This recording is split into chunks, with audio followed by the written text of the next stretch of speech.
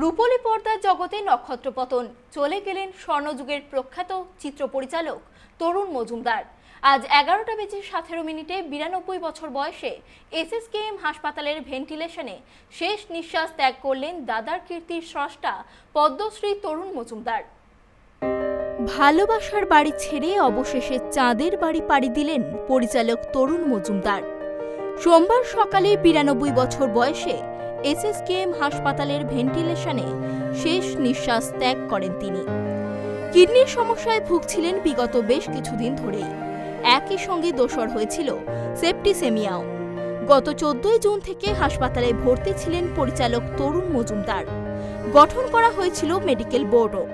চিকিৎসায় সাড়াও দিচ্ছিলেন তিনি। ক্রমশ সুস্থ হয়ে উঠছিলেন পরিচালক। ট্র্যাকিওস্টোমি হওয়ার কারণে কথা বলতে পারছিলেন না।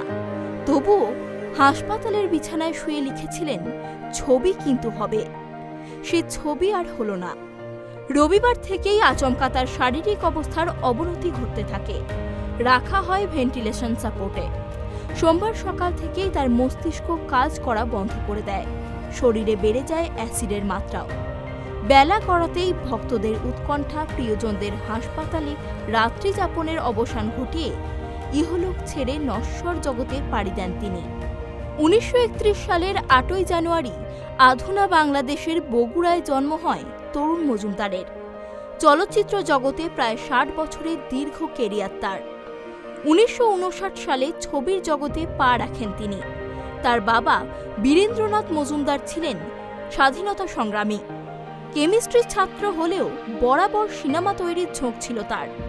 কাজ করেছেন 2018 সাল পর্যন্ত। 1990 সালে পদ্মশ্রী সম্মানে ভূষিত হয়েছিলেন পরিচালক। তিনি আজীবন বিশ্বাস করেছেন একটাই কথা, আমার তো গল্প বলা কাজ।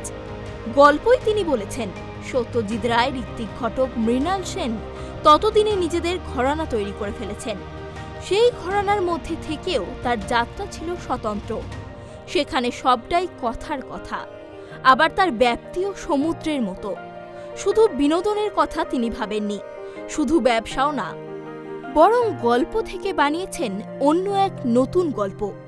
পরিচালনায় তার অভিষেক যাত্রিকের হাত ধরে।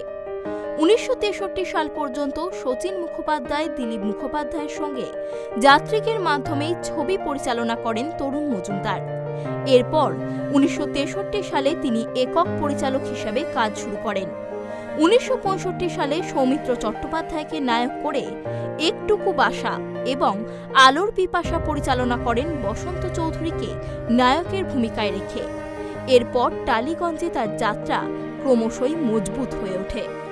তিনি দর্শককে উপহার দিয়েছেন একের পর এক কালজয়ী ছবি। পলাতক, বালিকা বধূ, শ্রীমান পৃথ্বীরাজ, গণদেবতা, দাদার কীর্তি, আলো তার অমর সৃষ্টি। তার গল্পে দর্শক দেখেছে সাহিত্যের সেরা সময়। 1959 সালে উত্তম সুচিত্রাকে নিয়ে বানিয়েছেন চাওয়া পাওয়া। 1960 সালে বানালেন স্মৃতিটুকু থাক। 1962 সালে কাঁচের স্বর্গ বানিয়েছিলেন প্রবাদ প্রতিম এই পরিচালক। আর এই ছবির জন্যই জাতীয় পুরস্কার পেয়েছিলেন তিনি। এই সমস্ত কিছুকে পিছনে ফেলে দূর দেশে পাড়ি দিলেন পরিচালক। তার মৃত্যুতে চলচ্চিত্র জগতে তৈরি হল এক অপূরণীয় শূন্যতা। ব্যুরো রিপোর্ট, ফ্রাইভ টিভি।